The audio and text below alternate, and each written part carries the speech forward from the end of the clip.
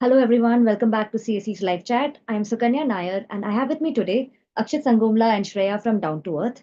They are here with a very fascinating story and very an investigative story from the ground. And they had visited three states and they're going to talk about all about it. This story is special because it's about an invasive exotic species called Kappaphycus alvarezii. Akshit, I'll start right with you. We are hearing a lot about seaweed these days. What is it? I mean, if you can just tell us what it is and why is everybody talking about it? And we obviously know that it is more than just the sushi seaweed. So Yes. yeah, go on. Yeah. So basically, seaweed is a generic term that is used for all kinds of micro and macroalgae that are present in the oceans, and they're extensively present in the oceans. They have been used as food for a very long period of time in Southeast Asian countries such as South Korea and Japan, Yeah, where it is used sushi. as sushi rolls. That is there. But otherwise, in nature itself, seaweeds are present generally in very biodiversity rich areas, for instance, around coral reefs, and where they provide habitat for fish and other organisms, because coral reefs are in general considered to be fish habit. They're the basics of habitat. They are the building blocks of marine ecosystems, and seaweed and seagrass is also part of those marine ecosystems. So these places, so that is why seaweed is very essential for the marine ecosystem. And but it's also been used by humans for quite some time.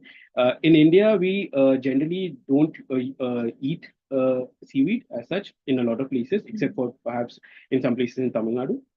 But other than that, we get a lot of extracts out of these seaweeds. For instance, there are biostimulants which are used in agriculture as basically alternatives for fertilizers.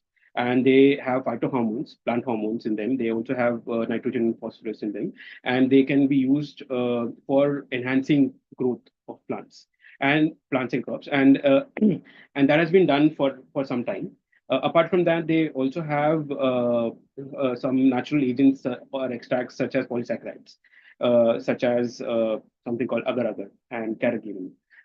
So these extracts are used as emulsifying agents in products such as toothpaste, cosmetics.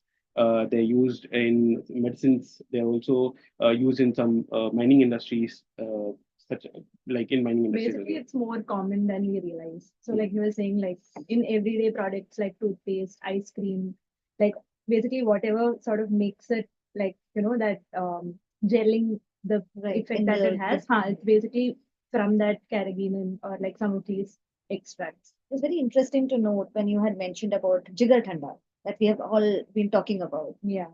So basically, I mean, in Chennai, there is this drink called Jigar Tanda, which we all seem to like Yeah. have heard before. I mean, and have had, but it's only while doing the story that we realize, like, actually, they have written on the board in the ingredient part. Like, one was kadalpasi, which is basically seaweed in Tamil. Right. It said that it was agar agar, Agar-agar. right? So that is one of the main ingredients of Jigar Tanda, which was also like I think something Yeah, we've all that been that is consuming it without yeah. realizing. So basically, it's also very difficult to know that carrageenan or any of these extracts are there in everyday products, because these they are not mentioned as such. Like the only place that we could find carrageenan written on the product itself was one of the toothpaste, either it was foliate or glycerin. But otherwise, they are mentioned as emulsifying agents with a code. So when we went on the ground, we did find those codes, which told us like some of these seaweed extracts are there in everyday products as well. Okay. So why are we all of a sudden promoting it? Seaweed. So the Indian government, so seaweed has been used industrially, also for food in various places in Southeast Asia, as I've already mentioned. It's widely used in China. It's widely used, and these are countries which also produce a lot of seaweed and their extracts, right, for food consumption as well and for industrial purposes as well. In India, we have not done that yet. India produces only 0.1% of global seaweed production, and so India wants to promote it. The Indian government wants to promote it as an alternative for alternative livelihood for fisherfolk along the long Indian coastline of more than 8,000 kilometers. And because fish stocks are decreasing because of climate change, because of overfishing, and various other factors. Fish stocks are decreasing, and that is why Indian government wants to promote seaweed culture, seaweed cultivation as an activity that can be used as an alternative Because it's livelihood. also supposed to help mitigate climate change. So it absorbs carbon dioxide. So in some of these aspects, it's also like supposed to be sustainable and like basically an alternative rather than harm. Yeah, because it can absorb much more carbon dioxide than terrestrial plants, Yeah. terrestrial forests. I think there are estimates of it being 4 to 5 times more capable of absorbing carbon dioxide than terrestrial forests. It's also been seen as an adaptation tool, especially along the coast because it can stabilize coasts. The cultivation can stabilize the coast, but there are then also other factors which say that it's not such a big uh, can't be such a big adaptation tool. But yes, so looking at all these factors, there are certain advantages of seaweed cultivation to be had. So that is why the government of India is kind of now getting into this. And for that, they have put together this a strategy document, which was led by the Niti Aayog, along with a lot of ocean and marine institutions around the country, which include the CSMCRI, which is Central Salt and Marine Chemicals Research Institute, the Central Marine Fisheries Research Institute, then the NIOT, the National Institute of Ocean Technology, and the National Center for Sustainable Coastal Management. So all these institutions came together and put out this strategy document, and to basically map out the entire ecosystem which exists currently and what can be done and which particular types of seaweed would be cultivated and what is their economic potential, what is their other social potential and all. So I really like the title that you gave, The Curious Case of the Seaweed. And so specifically, I would like to know, why is the Indian government promoting Kappaphycus alvarezii? What is so different about it, or why all of a sudden so much interest is there in this particular invasive species? Mhm. So the Kappaphycus is alvarezii is not new. So it has been cultivated for the past 2 decades at least, and it has been in India for the last 4 decades. So it was brought in by CSMCRI scientists on an experimental basis. They brought it from Japan in the 1980s, and then they started experimenting with it both in Ukha, in Gujarat, in many places in Gujarat, and also in Mandapam area in Tamil Nadu. So they started experimenting with it, seeing if it could be cultivated and all of that. And then they found that it can be cultivated, and it was showing good results. But it was showing good results mainly in Mandapam area in Tamil Nadu, which is basically part of the Gulf of Mannar National Park, Marine National Park. And once they found it to be experimentally viable, it was taken over by PepsiCo in the early 2000s for as its CSR activity. They were growing Kappaphycus alvarezii in Gulf of Mannar. And Which is then, all, sorry to cut you short, basically. So they refer to Kappaphycus as Pepsi Pasi. yeah, it's still Okay. mentioned. Yeah, it Yeah. is still mentioned So as they Pepsi refer Pasi. to it as Pepsi Pasi. Yes. Yeah. Yeah, so basically that has been there for 2 decades now. And what happened later was Aqua Agri, another company, basically took it from PepsiCo, and then they have been cultivating it for the past 2 decades. And because it's been there, the technology is tried and tested. We know the science of Kappaphycus alvarezii pretty well, its cultivation and all of that, and that is why it is that is one of the factors why it is being cultivated, why it's being promoted. The other thing is that it has economical viability and it has certain aspects to it because it produces both biostimulants and carrageenan. So you get two products out of the same seaweed. So there are certain aspects to it, and that is why Indian government most probably is kind of promoting this particular seaweed. One specific question I wanted to ask you. This was your brainchild, right? So Mm. sort of. So how did you come up with this idea of doing the story? So I've been following the whole seaweed industry for the past 2 years or so. It started with some experiments that I saw and witnessed in Odisha, which was being done with indigenous seaweeds. I did that, and then I got to know.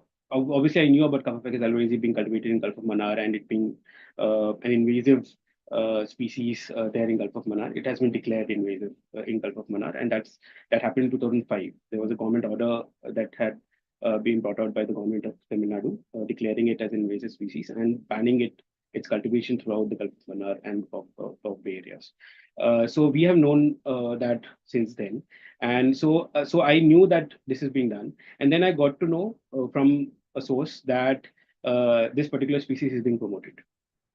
And that is when I got into the story. And then that is how I kind of tried to get as much information as possible, which was extremely difficult because because people don't talk about it very openly. Even the industry doesn't talk about it. Scientists don't talk about it openly. So that is why it was very difficult to extract that information. I found out certain industries which had licenses of growing Kappaphycus along the Indian coast. I found that out, and then I kind of put together a lot of stuff, and then, but even then, only when we went to the ground did we find those things that we had to find. We couldn't have guessed any of it. Sitting here in Delhi, we couldn't have guessed any of it. That is why it became a proper investigation.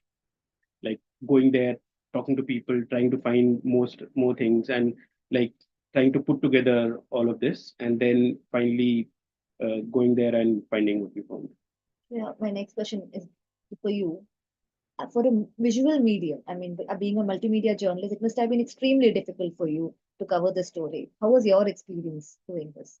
I think, like you mentioned, like one, it was a very challenging shoot, and also it was spread across like three different states, across three different weeks almost. So, I'll also keep it short. No, no, so go on. I want to just play a shot from your video. You go ahead. yeah. So basically, yeah, like you were saying, it was challenging to sort of like have people speak about it. And also, this is a topic, for example, seaweed. Even before, like probably I went on the field, my knowledge in this was very limited. So even when we say like tell somebody about it, like they're like, but okay, they know seaweed it, as a broad term, but then what exactly is it? Like that is something that I think that I also sort of learned or like got to know more about as I went to the field and spoke to different people. And so, Seaweed farming is not restricted to native or naturally occurring seaweeds. This is Kappaphycus, right? The red one. No, no, This is okay. This is Yeah. Have been on the rise the last few years, with farmers like Amuda and Marimuthu also shifting to it for greater income and profits when compared to some indigenous varieties. We will share the complete video on our social media links, so watch out for that. Sorry, now you can go ahead. Yeah. No, so yeah, like as a topic, so then how do you sort of depict it in a way, especially when people are not really willing to talk about it? And also it's not like black and white, there is much more nuance to it. Because like I mean, as we saw in the video, like one of the farmers that we spoke to, Amna Marimuthal, like even though she does both indigenous farming and seaweed farming as well as Kappaphycus alvarezii, Kappaphycus alvarezii has been what has been like that has been primarily Getting the livelihood, source of livelihood for the livelihood. past couple of years. So the commercial viability is, like you said, is one of the main reasons why the government is also pushing for it. And even on the field, that is something that was like, I mean, that is something that we did, even though in the recent couple of years, the yield has gone down and all of that. But the commercial viability is something because of which they still want to continue cultivation. So then how do we sort of like go about it in a way which is sustainable to them as well, where they also have their livelihood, but which also sort of balances, like the environment. So yeah, so it was a both in terms of like the story, the shoot, like audio visual narrative, it was challenging, and we were also, it was a proper investigative story. We were discovering things as we were going because we did not really know what to expect while going. And like you said, so even the extracts, for example, so even though we knew that it was there in toothpaste, ice cream, all of that, and yeah, like we did see that we actually went to a supermarket and we were looking at like the ingredients, and it's only when we were actually looking at the ingredients, for example, in the ice cream, there are these codes which say E407. So we were like, okay, and it says just gelling agent. So it's only when we Googled it that we realized that that is actually corresponding to carrageenan. So it is not very explicit. It's all subtle. It's there. So there are so many aspects like that which sort of were discoveries for us as well, which we sort of realized on the field. You Yeah. had also mentioned about how when if they're just going with the indigenous seaweed, when they are taking it out, right? Ah. How it is also hurting Yeah, them. They bruise yeah. themselves, right? So how do we work around it? Things like that. Yeah, so that was another thing. So for example, like there is that basically there is a visual where we see Amadha Marimutta holding some of the indigenous seaweed. This one? Yeah. I'll just share it. Yeah, so but she was saying that even though she does both on an everyday basis, even though she wears gloves and like mask and all of that, it still sort of bruises her hand sometimes. So again, so there is, even though we should go about like indigenous seaweed farming in a sustainable way, but then how do we do it in a way that sort of puts them at the center of it, like basically the farmers who are on the field who are doing it. So then how do we sort of go about it? So yeah, I think these larger questions remain in that sense. Yeah, the main point of the story is also mostly asking questions. Yeah. Like why Kappaphycus alvarezii? Why not other indigenous species? On the ground when we went, we also found that this entire thing about Kappaphycus alvarezii growing throughout the year, because the government is looking at it as an alternative livelihood mainly during the monsoon period when fishing is not happening. Right. But during the monsoon period, we found both in Gujarat, in Goa, and Tamil Nadu, the three places that we went, it's not possible. So they were still like trying to get some kind of livelihood out of it. In Gujarat, when we went, flooding had just happened.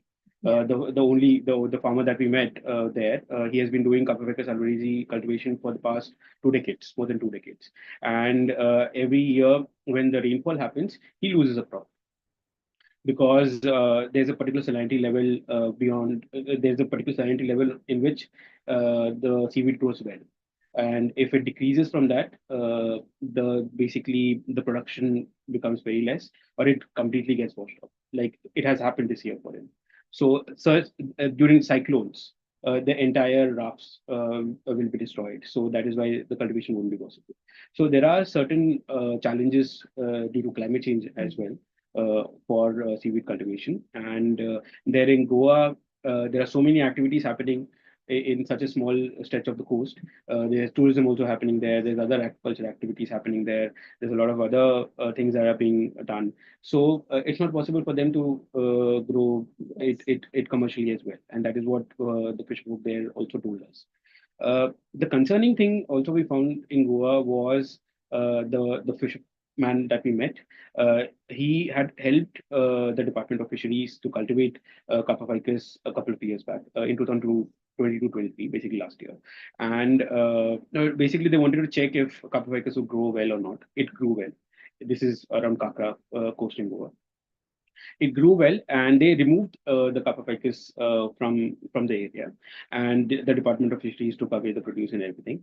But in 2024, this year in June, him and some of the other fishermen were basically fishing deeper into the sea, some 1 to 2 kilometers into the sea, and they found Kappaphycus growing there. They found it in their fishing nets while they were fishing, and that is extremely concerning that outside the cultivation area it should it's spreading, and that is something new that nobody else knows about yet.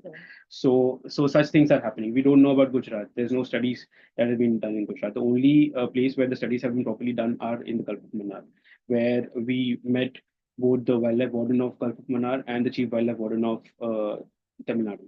Both of them told us that it is extensively invasive. It's been there. It's been that way for 2 decades now, and like it is concerning, and they won't be allowing Kappaphycus cultivation perhaps anywhere in Tamil. So yeah, so that Especially near the Gulf of Mannar and the areas, Pop because those areas. are also coral rich areas. Areas, yeah. So it is specifically for corals and particular kinds of corals, which are known as branching corals. It is extremely like it basically grows on the corals and it smothers them, and they can't grow further. And once the that happens, the coral dies.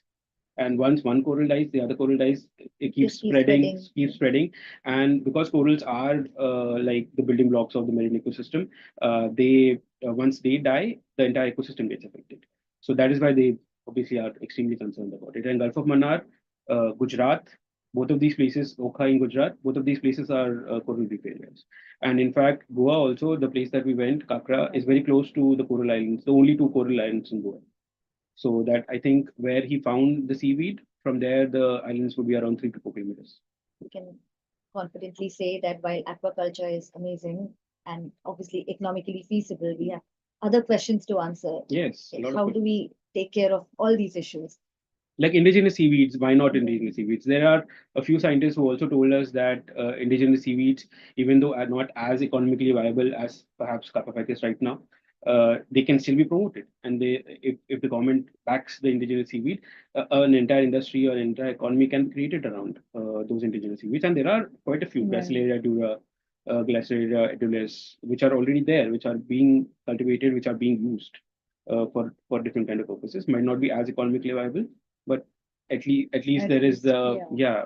And uh, yeah, how do we sort of go about it in a way which doesn't harm the environment, Mm. but which also at the same time ensures that there is livelihood for Exactly. the coastal communities whose livelihoods are Dependent dependent on on. All right. Thank you so much, guys. It was extremely interesting and also fascinating to hear stories from the ground. We'll see you soon with another story, hopefully. All right. Thank you so much for watching. We'll be back soon. Until then, bye bye.